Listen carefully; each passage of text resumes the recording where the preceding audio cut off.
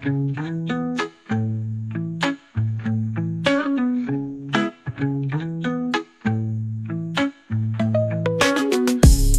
खाऊं जब सोने जाऊं, हर खुशी में हर दुख पाऊं, हाथ उठा कर कहता हूँ या अल्लाह मेरी मदद फरमा तू।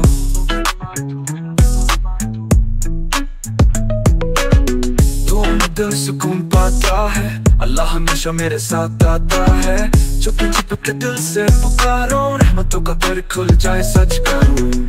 सुबह शाम दुआ करूं, अल्लाह को याद जरूर करूं।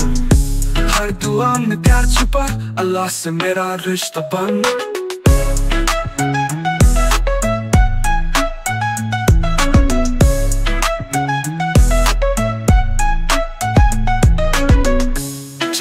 अस्सलाम वालेकुम बच्चों, आज हम सीखेंगे हम अल्हम्दुलिल्लाह क्यों कहते हैं। हर दुख पाऊं,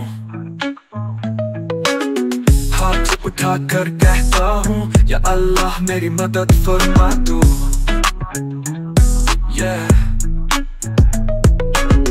तो मैं दिल सुकून पाता है, अल्लाह हमेशा मेरे साथ आता है।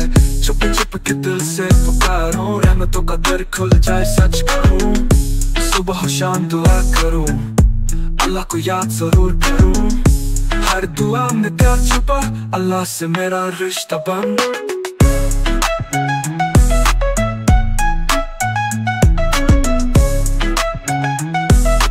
अल्लाह से मेरा रिश्ता बन।